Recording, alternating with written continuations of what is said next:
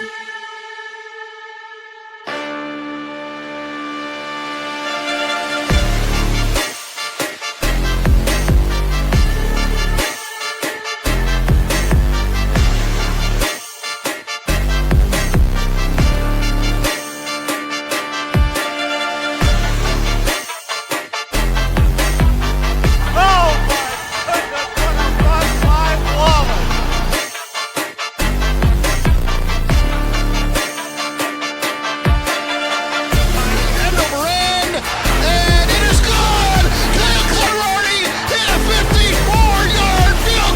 for 60 minutes, we play Iowa State football together. What's up, everybody, and welcome back to another episode of the Iowa State Fan Perspective here at Play the Fight Song College Football Show. We appreciate you guys tuning in tonight. As always, we have a big episode on deck. We have the 2025 Iowa State schedule breakdown, preview, prediction, where Justin and I are going to give you your finally our prediction for record-wise for the Cyclones here in 2025.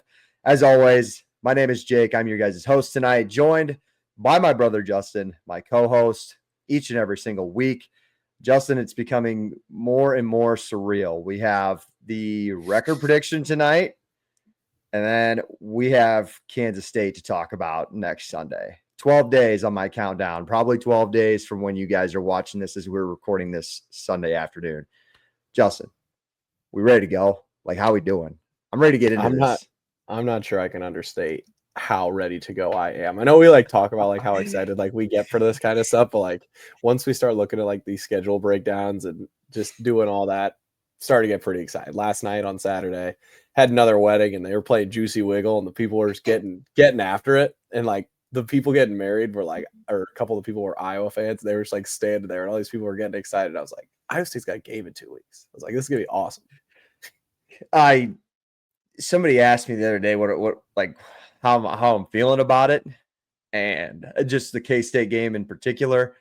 It's like every time we record another episode, it kind of becomes more and more surreal.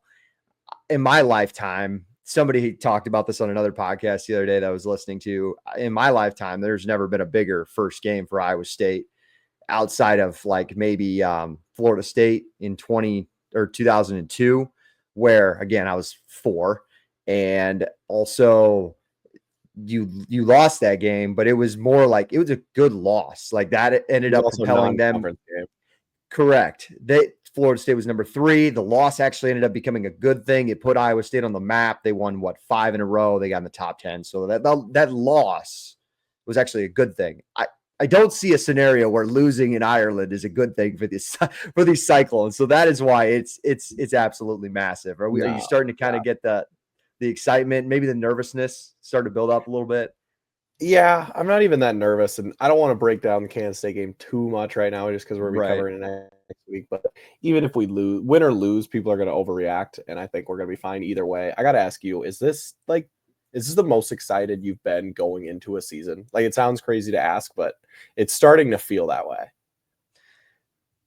I don't know if I want to. Yeah, I'm trying not even to with give too much away. Even with 2020, even with 2021. But I kind of feel like this is the most excited I've been going into a season, because I had a little more nervous energy going into 21, where I don't really have that about this team because schedule this season. Yes, very good point. I was just going to say, I am probably as excited as I've ever been, because this is 2021, but the underdog version. The AP poll is going to come out probably by the time you guys listen to this, and your Cyclones will probably maybe be in that 20 to 25 range. And I think it's similar where they're at with the coaches. What were we, 22? Correct. Yes. And so I think it's a little disrespectful for a team that brings back so much and accomplished so much last year. And to whatever, each their own. Obviously people aren't going to deep dive into the defense and outside of who is coming back besides you losing Higgins and Knoll. So it is whatever, but the target was on your back in 21. Not to say it's necessarily not this year, but there's the over-under still only at 7.5 for wins. So it's not I saw, Pick 6 preview. It is juiced on the over, but the Pick 6 previews has you at 7. Athlon has you at 5 or 6. Nobody's really given this team that much of a consideration as a real Big 12 title contender, because they're talking about your Texas Techs, your Arizona States, maybe like your Baylors and things like that. And people are more talking about TCU than Iowa State right now. So that's why I'm super excited, because the pressure, I don't think, is there. All right. Before we finally dive into the schedule, predictions, everything like that, I just want to give a shout out to our partners at No Rivals. As always, each and every single week, we are partnered by shopnorivals.com. Use the code PTFS at checkout for free shipping. And also a special shout out to our other partner, our brand new partner, Frost Buddy, the best koozies in the game. Now we got the best hats. Now we have the best koozies, Justin. So when it's 90 degrees at kickoff in Jack Trice Stadium on August 30th, you'll have something to keep your head cool and your beer cool. So shop Frost Buddy, but we'll give you guys more as we move along. We're excited for our brand new partnership with them. Okay, let's get into it. Justin, I know you wanted to give your first initial thoughts, maybe quickly, on just the schedule as a whole before we go one by one. So I'll let you have the floor. What is your first initial thoughts when looking at this schedule here for 2025? Yeah, because I mean, even when you look at the schedule, the first thing you do is you look to see like how tough some of the games are going to be, and then you check to see who you got for home and away games. And something that I don't really think we take into consideration a lot are kind of like, when are the buys, kind of look ahead games, trap spots, things like that. And after like going through this schedule, I think it really sets up for a good season for Iowa State. I feel like obviously we got the extra bye because of the Ireland game. I think there's a lot of timely buys. There's not many look ahead spots. I mean, you could maybe say the BYU game with Arizona State the following week, but you're coming off a bye going into that, so you shouldn't think that that's going to be that big of an issue.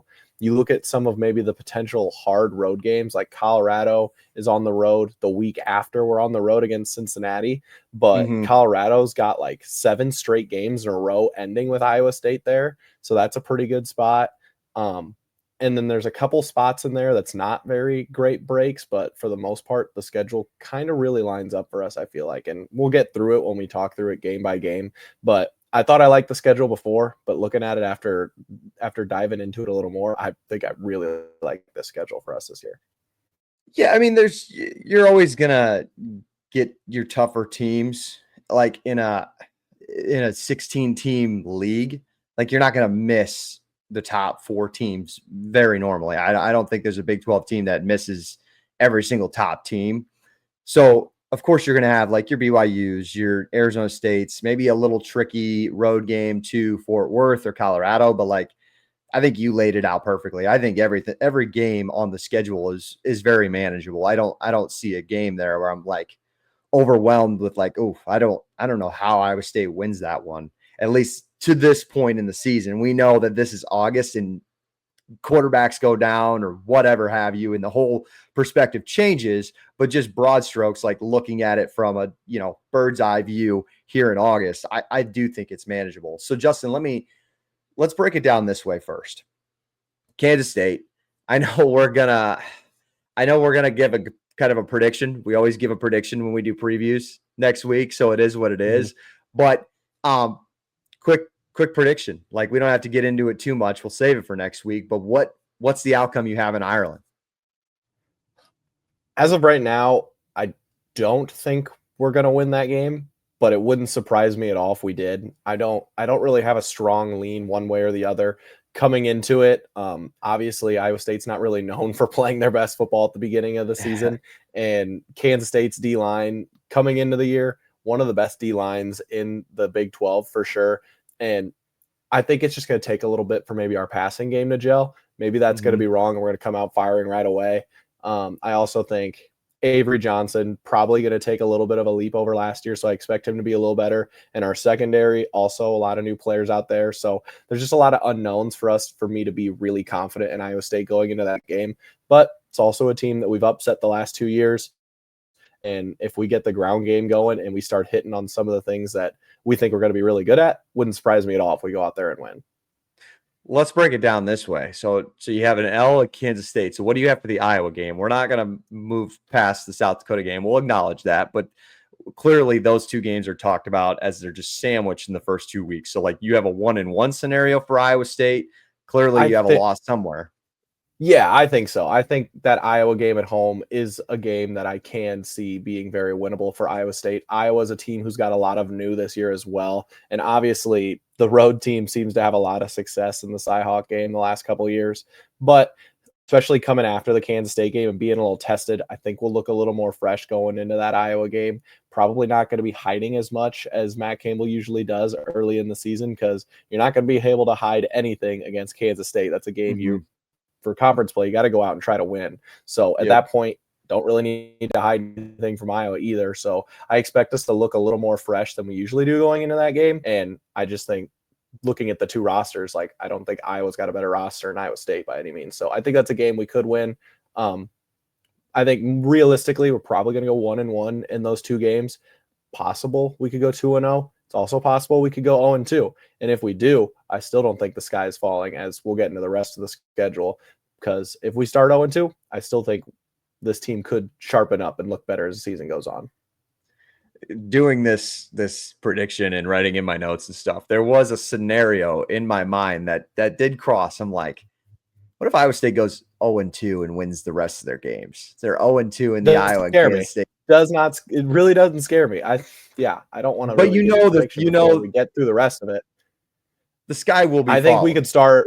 I think it's like very possible we start 1-2 and finish 9-3. I think that's very possible.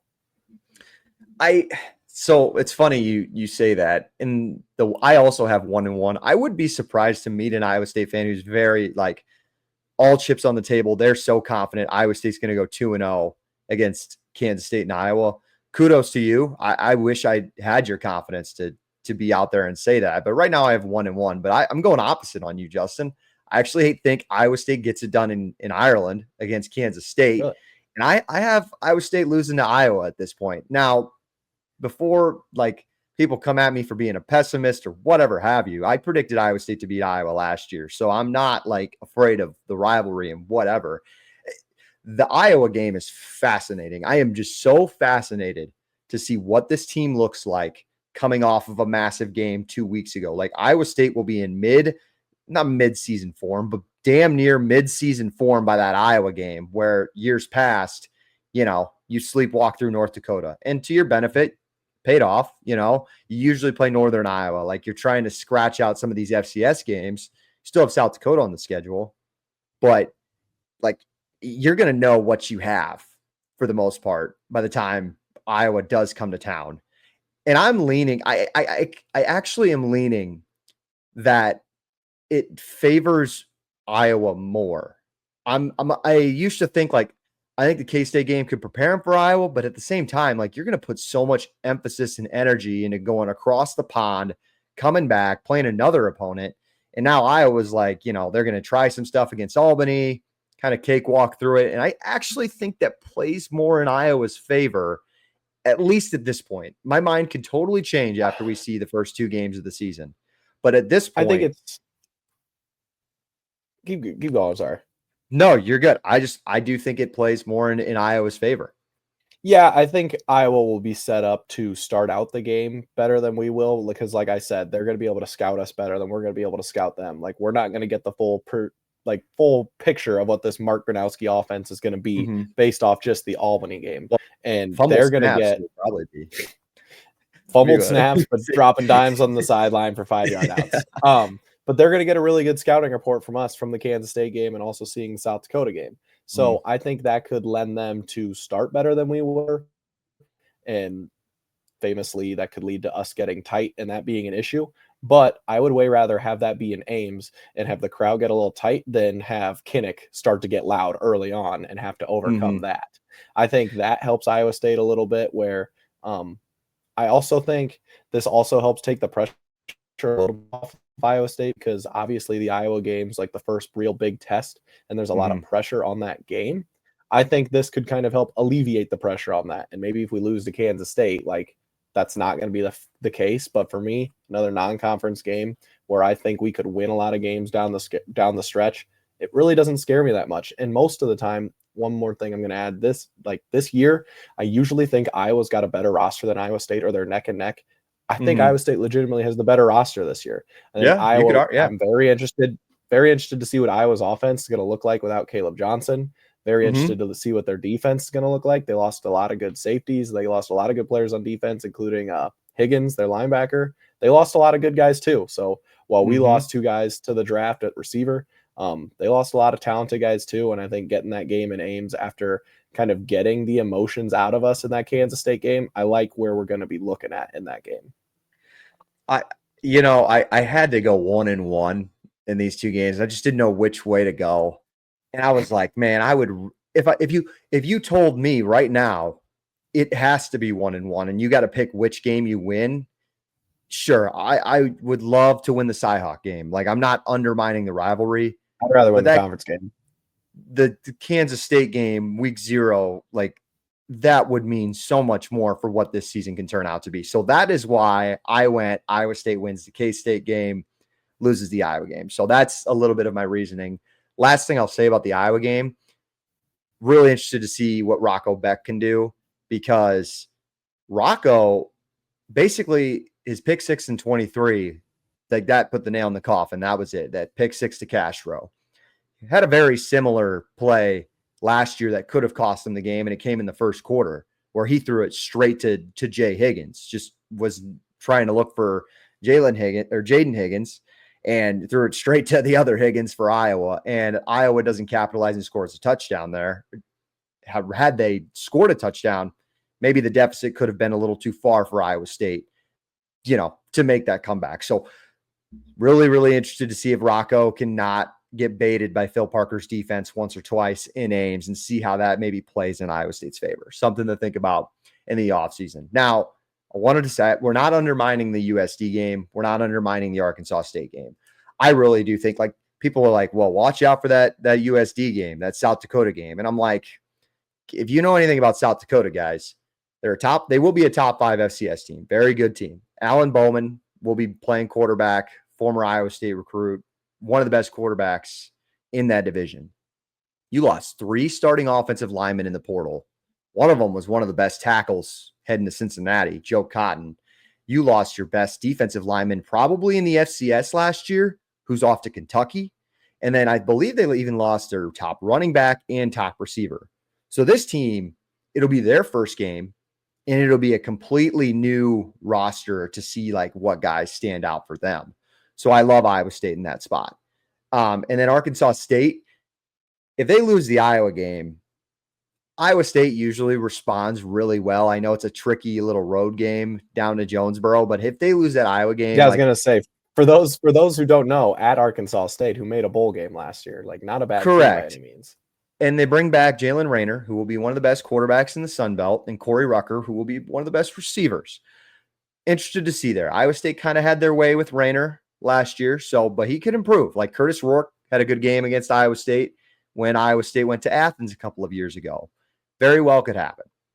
But Arkansas State's defense isn't Ohio's. It's terrible. It was terrible last year. They've completely overhauled in the portal, brought in a new D coordinator. We'll see. But right now, I think Iowa State responds well and kicks the crap out of them like they did UNLV in 2021.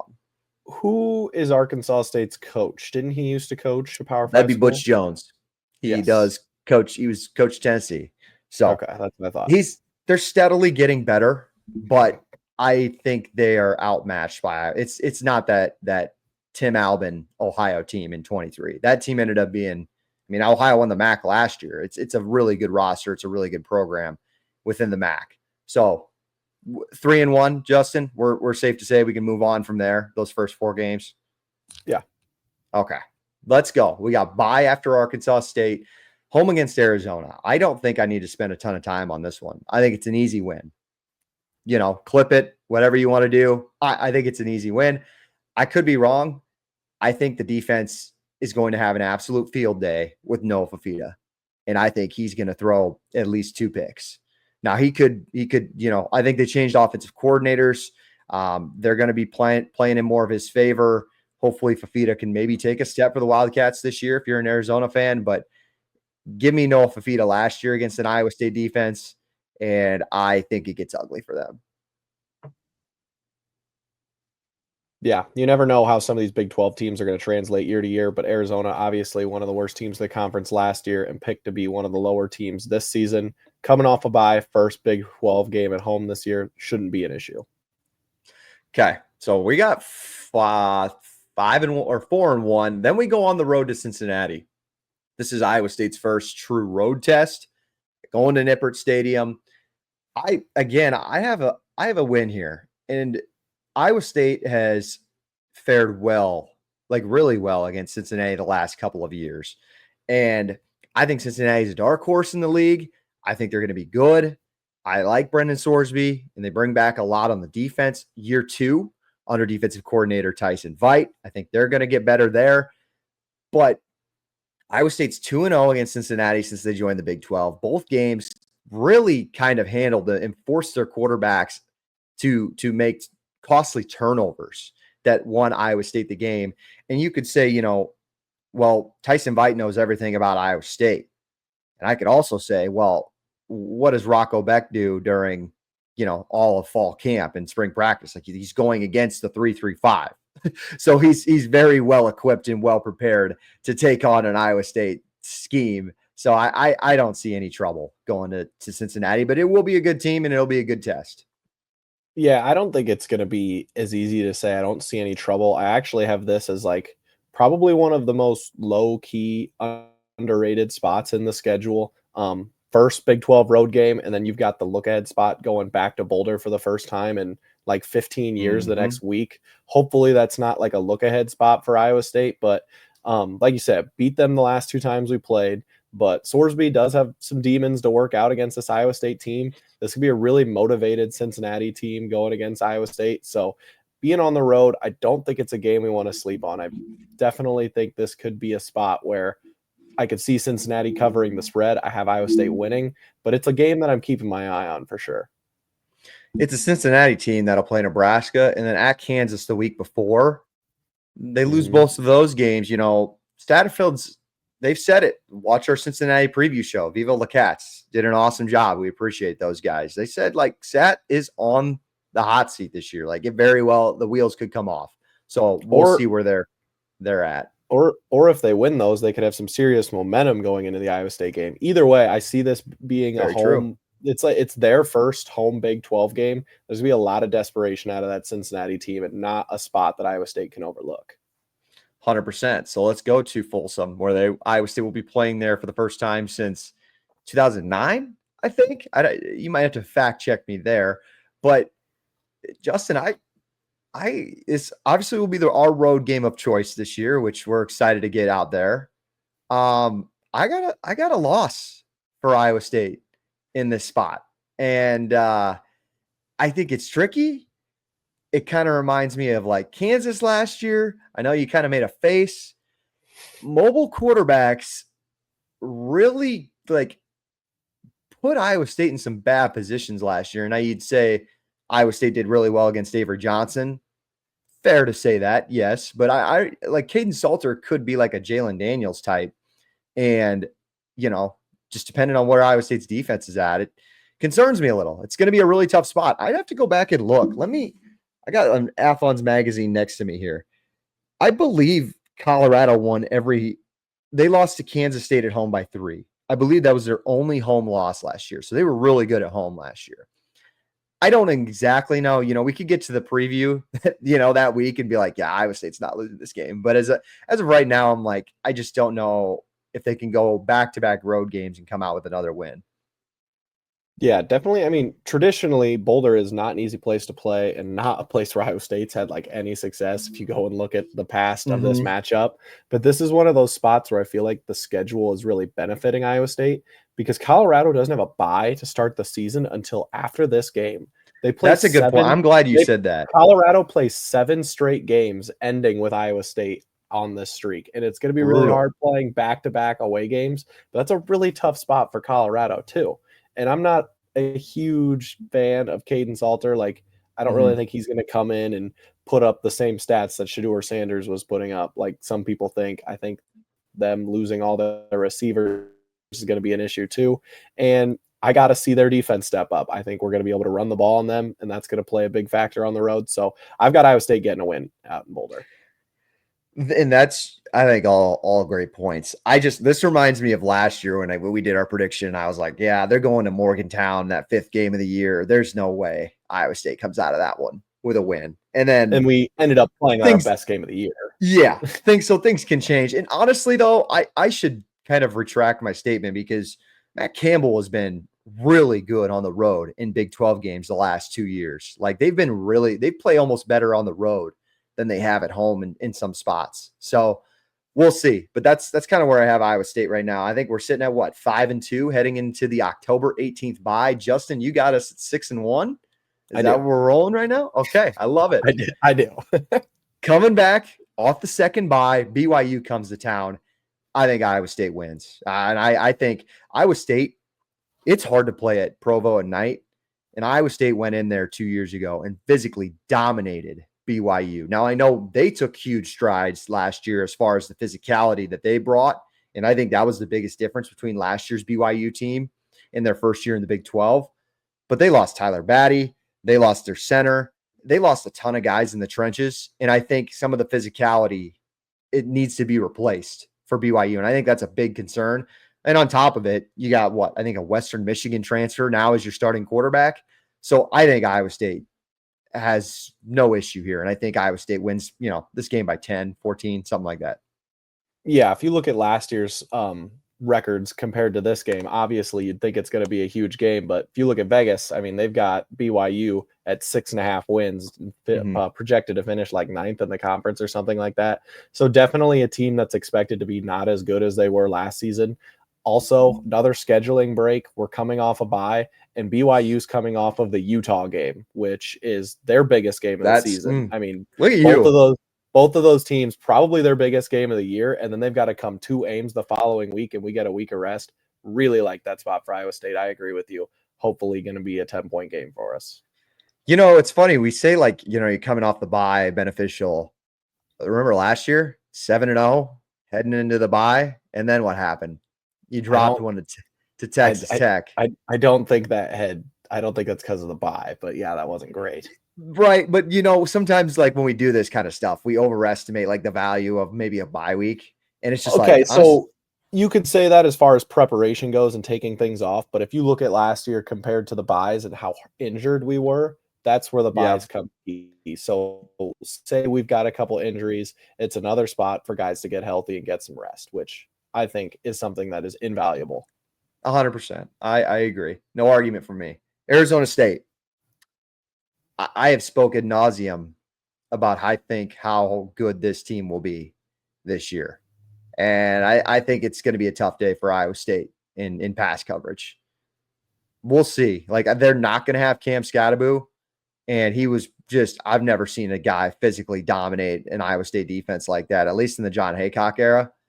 But they still have good replacements coming in. And I've talked about them before in our Big 12 preview. I think Iowa State drops this one. I am really, really high on Arizona State. I think their over-unders at 8.5. And that's something I would take, but I'm not taking I'm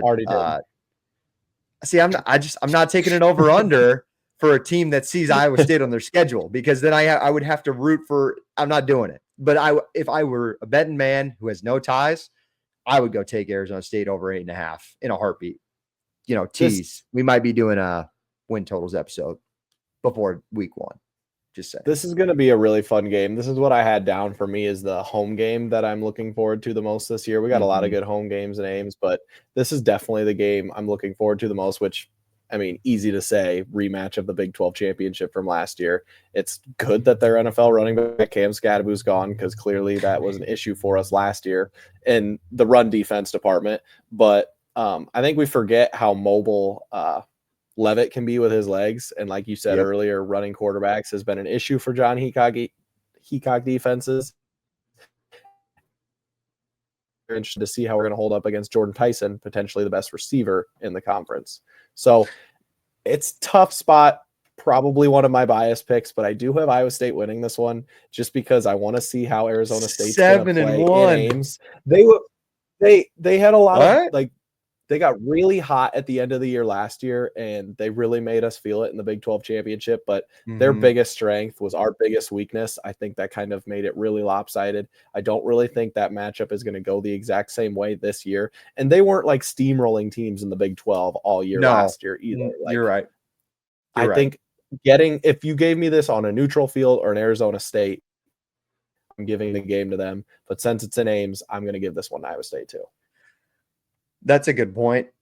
That's what I'm interested about this Arizona State team is Iowa State just caught them at the worst time. Like you caught in a very injured Iowa State team, caught one of, if not the hottest team in college football, maybe outside of Ohio State last year in December.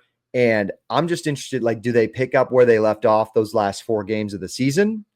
Or do they reset and they have to figure out a new identity again? And it takes them slowly because, like you said, they were in a lot of close games in the Big 12 in the middle of October last year. So good point there.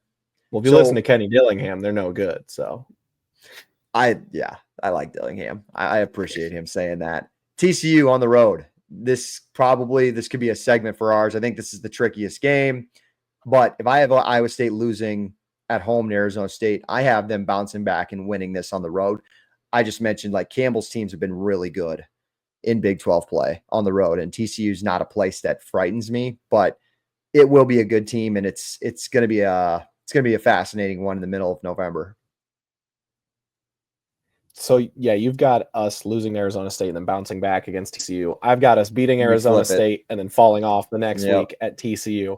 TCU coming into this game, they're coming off a bye. They get a week to prepare to watch that Iowa State Arizona State game, get healthy and get ready for us. It's our 3rd straight game and we're going on the road. The last time we played, this is another tough spot. Like Campbell's been pretty good down in Fort Worth against these guys, but the last time we played there did not go very well for Iowa State. Kind of one of the worst, probably the biggest beat downs I've ever seen, and definitely the biggest loss in Campbell's era for sure. 21, 20 or 22 TCU, 2016 Iowa. Those were the 2 where Campbell, like I've seen Campbell get spanked. Yeah. This is also a TCU team who surprisingly they finished last year with seven straight wins or won 7 of their last 8. For those of you who don't know, they're projected to finish above Iowa State schedule, but in the Big 12 this year. I think their over under might have dropped down to 6.5 though. So maybe they're not projected to finish above us anymore. They're right there. We're projected to like be very similar. So being on the road, Josh Hoover, one of the best quarterbacks in the conference. They got a really prolific passing attack, which if we've got any bumps in our secondary or if we've got any bumps along our D line, I think our pass defense could start to struggle a little bit. And that's like in one of these spots where it's just hard for me to chalk up another win for Iowa State. And it's probably a game that we're going to be an underdog in. So I'm giving it to TCU. I don't know if we prefaced this, but we did not. Me and Justin don't know what, like we don't know each other's predictions. So we did this going into this blind. So it's interesting to hear that like most of our games are flip-flopped in some of our predictions. That's pretty fun. This is kind of how it went last year though, too. And we ended up flip-flopping a lot, but we ended up both projecting 9-3, I'm pretty sure. Yes, that's correct. So bye week again, Kansas at home. Earmuffs, kids. And the fucking losing streak. That's it. That's all I got.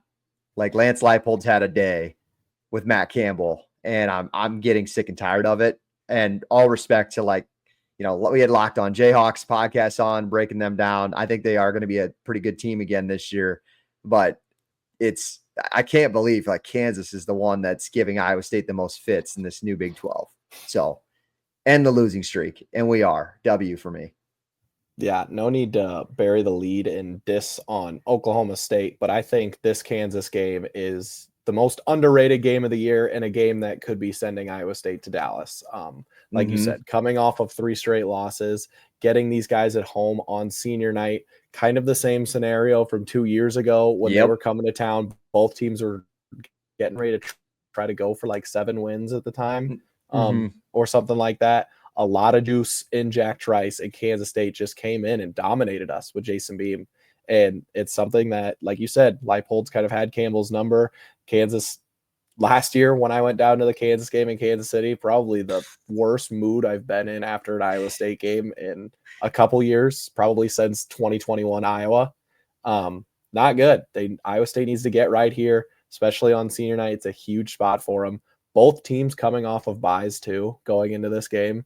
So they'll have a chance to be fresh, chance to prepare for each other. Just a huge spot. And I've got Iowa State winning it, but it's not going to be an easy win by any means. So then Oklahoma State to end the year in Stillwater. When I had my guy CGA on to break down the Pokes, he asked me how I felt about it. I'm like, there's two scenarios. There's only two scenarios. Gundy could be fired, or like he's going to be shown the door at the end of the year, or like this team's fighting for something. And this is like the worst place to end the season if you're Iowa State. Like Stillwater's a tough place to play. And Iowa State has struggled there in some spots. They've won a couple, but they struggled in Stillwater a little bit. But I'm not high on the roster for Oklahoma State this year. I don't see it working out. It's just all weird stuff with the coordinator changes, the quarterbacks. I don't really love the defense. So for me, this plays out, and I think Iowa State just wins it. So 9-3 finishing the regular season for me. This could definitely end up being a tough spot for Iowa State. You never want to write off Oklahoma State, but I kind of feel like they've been on a trajectory now where I don't expect they're going to be that good or that tough an opponent. I mean, I was there. Stillwater's always tough to play. I was there 3 years ago with when Deckers was quarterback. Definitely a game we should have won. I mean, it's not – I don't think it's going to be Jalen Noel dropped touchdown. That huge of an ask, but if Oklahoma State puts it together, they're a young team. Maybe by the end of the year, they're trying to play for something and they could surprise us. But I'm not that high on Oklahoma State, so I've got Iowa State getting this one too. So you have 10-2. Is that what I counted up? I do. Run to the counter. Over under 7.5. The Iowa State podcasters got him at 10-2. Who's surprised? One of us does. Back-to-back 10-win regular seasons for the Cyclones. Oh man, that would be if something. I had to put if you like put a gun to my head, had to put money on the exact amount of wins, I would say 9-3. But like when you go through the schedule the way I did, that's kind of how it shook out. Like, and that's why I'm not that's to go back to our conversation before. If we lose the Iowa game and start with 2 losses there, like I still think we're going to finish 9-3. I think we could win all of those Big 12 games, and the ones that I'm most worried about, obviously Kansas, TCU, and Arizona State. I think we can win those 2 at Ames. I think the TCU one's going to be tough, but it's also not a game that I think we're for sure going to lose. If you look at this schedule now, I think we're going to be favored in 10 games. Or at least 9. We're probably going to be favored in 9 games, which is weird that Vegas has us at an over-under of 7.5. I think that's a Big 12 thing and maybe an Iowa State regression to the mean. But usually if you just look at how many games you're going to be projected to win going into the year, that bases out pretty close to where the over-under wins are a lot. Our over-under for wins is like 2 games below what I think we're going to be favored in, unless injuries or something falls off the wagon, obviously. But we're not going to sit here 2 weeks before the season and project that. So I'm just trying to think of which topic we want to move into next. So, okay, let's do conference title predictions. So 10-2 Iowa State gets in. I mean, for you, they're only having 1 conference loss. They're in, or do you have them losing to Kansas State? So they'd have 2 losses. I have us losing 2 conference games. I went through and projected every single Big 12 game, every over-under for win, and I've got Kansas State, Iowa State, and Arizona State all sitting at 7-2 in conference play. And I tried to figure out what the tiebreaker was, and I couldn't figure it out. It's the tiebreaker. So Justin has a Iowa State versus Kansas State versus Arizona State, Iowa State versus Arizona State. Kansas State and Arizona State don't play. In my scenario, we'd have a loss to K-State, but a win against Arizona State. So I tried to figure it out, the tiebreakers from there, and I couldn't do 10-2. What? Okay, just give us. Oh, you're getting if we don't get in, we'd be in the scenario that BYU was in last year. That's true. 9-3 for me. You're losing head to head with Colorado and Arizona State. I don't see that scenario. I see you on the other end of a bad tiebreaker, and you would not make the conference title, which is why in my Big 12 segment, or our Big 12 preview show we did last week, I had Baylor and Texas Tech. Those were my 2. And so yeah, I think 9-3 is a really good season. I don't think I'd be that. I don't know. It wouldn't disappoint me that much. Like I've said it so many times. This team played in so many one-score games and came out on the right side of one-score games last year. It's just really hard to do that again. And Iowa State's really going to have to take another jump, like roster-wise, and not just don't be in as many close games. Be in Indiana, maybe not to that degree, but have 10 to 14-point leads midway through the fourth quarter. Like don't get yourself in all these one-score games because literally anything can happen. We know it. It's the Big 12. It definitely worries me projecting us to win 10 games and coming off of last year when we were so good in one-score games. Like, I get it. That's not a smart thing to do. But then I start looking at the roster and I look at the way this team's going to play. I think we're going to be a lot better in the run defense. I think we're still going to be dependable in the pass defense. I think we're going to be a good running team. And I trust Rocco Becht. I think he's one of the most underrated quarterbacks in the country. Yep. I think we have the most underrated head coach in the country. I think we've got a top 10 head coach and quarterback duo. I think we still have weapons, although we lost Higgins and Knoll. We know how good those guys are. I think Sowell's still going to be good. And I think the tight ends are going to take a jump this year. It's going to be a really big bet on health. We got to be healthier than last year. That's another thing that maybe could flip where we think the one-score games could regress to the mean. Our health could regress in an upwards direction towards the mean. So I look at all these aspects of our team, and there's a lot of dependability there if guys are on the field. I think Dominic Orange could end up being like a second or third round draft pick. I think he could be a solid player in the middle of that defense. I think we've got a lot of really good linebackers. And every time I just look at the team, I come back to Rocco and Campbell. And I just have so much trust in those two guys right now, where I have a hard time seeing this team not being in contention, at least for the Big 12 championship at the end of the year. And to bookend it, I mean, I've got us losing to K-State to start the year. And then since we've got the win over Arizona State in my scenario, I've got us beating Kansas State in the Big 12 championship. That would be very poetic. That would be the greatest season in Iowa State history. Okay. So it's easy to see understand the smile on my face when you go through how I think the year could go. Football fan, now you're just like Justin's hype guy on this podcast. I love it. That's why we bring you on, Justin. Speaking of which, that's what the middle of August is for. Oh yeah. So most hype. If you want to get sad and talk football, let's talk Indianapolis Colts. No. But if you want to get excited and talk football, we'll talk Iowa State Cyclones. Oh no, we're not doing that. We're not. You're not ruining my Sunday. Most hyped game, Justin. Road and home. Road game, I got TCU, and home game, I've got Arizona State / Kansas. It's hard for me to choose between the two, but I'd probably say Arizona State just because of the rematch of last year's Big 12 championship. I got Colorado for road game, and then home game, I got the Iowa game. Like, I know it's a rivalry though, but that game, like, I think has a lot at stake. Just like obviously for rivalry purposes, for pride, but just like both teams really, really need that game. I think Iowa needs it a little more as far as like Big Ten at large, maybe playoff chances, if you're really going to talk that way. But Iowa really needs that one. And I don't want Iowa State to play as the least desperate team. Like, I think Iowa State still should play with that chip on their shoulder, but also play like you said earlier in the podcast, we do have the better roster, and play like you're the more veteran team and you're not scared. Like, let's be honest, they played a little scared in the first half and they played scared in 23. I'm ready for this. I want to see a confident Iowa State team come out and punch them in the mouth. So that's the most hype for me, is that Iowa game. And I think if they win that one, which I don't have them winning at this point, but if they win that one, it could springboard into an awesome conference slate and conference success for them. Most underrated game. Now, I took this one way or another, but I'll let you answer first.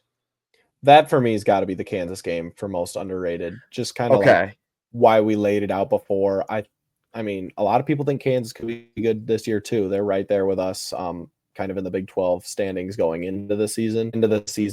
Could have postseason implications. I think that game could be massive for Iowa State. I took underrated as like a game maybe fans aren't talking about, but could be the toughest or one of the tougher. So I put TCU in that category.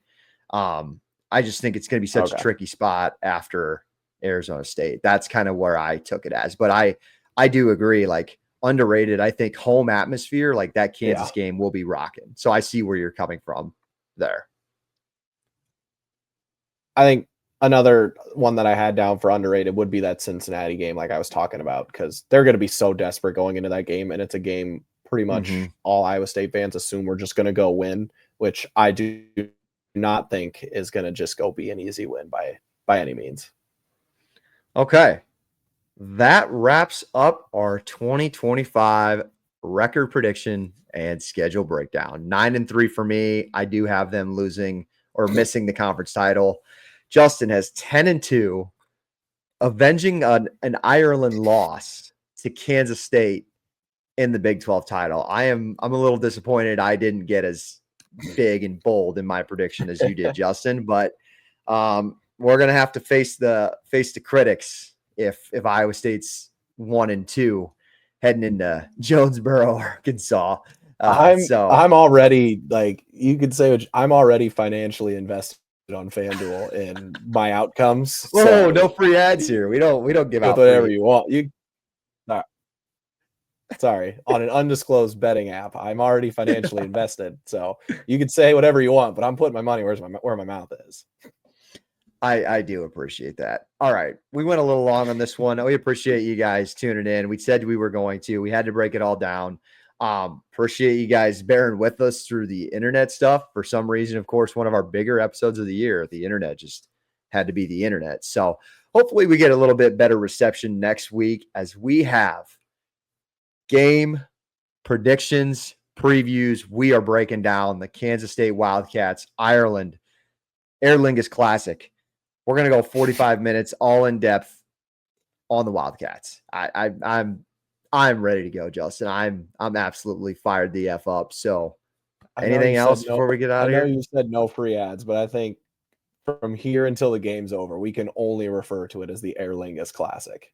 That just sounds right. It sounds right. It definitely sounds right. We might need a Guinness sponsorship for like the week at least. We got to get Guinness to sponsor the podcast. Are we going to live pod together after the game? Depends how many Guinnesses I have, and depends how the game goes. We'll see there. I don't know. You guys let us know in the comments. Speaking of which, drop your score or your record predictions in the comments. Let us know, like, who do you have losing to? Do you have the 12-0 Cyclones? I want to hear some 12-0 predictions. That's what we're here to do. This is the Iowa State fan perspective. We want to hear it. And speaking of sponsorships, shout out to our partners at No Rivals. Shout out to Frost Buddy. Go and check both of those guys out. Use PTFS code at No Rivals for all your free shipping on the best hats in all of collegiate sports. This was fun. The end of our episode this week. We will be back next week. We appreciate you guys as always. Subscribe to the channel, like the video. It's almost game week, baby. My name is Jake. That's my brother Justin. As always, see you next week. Go Cyclones.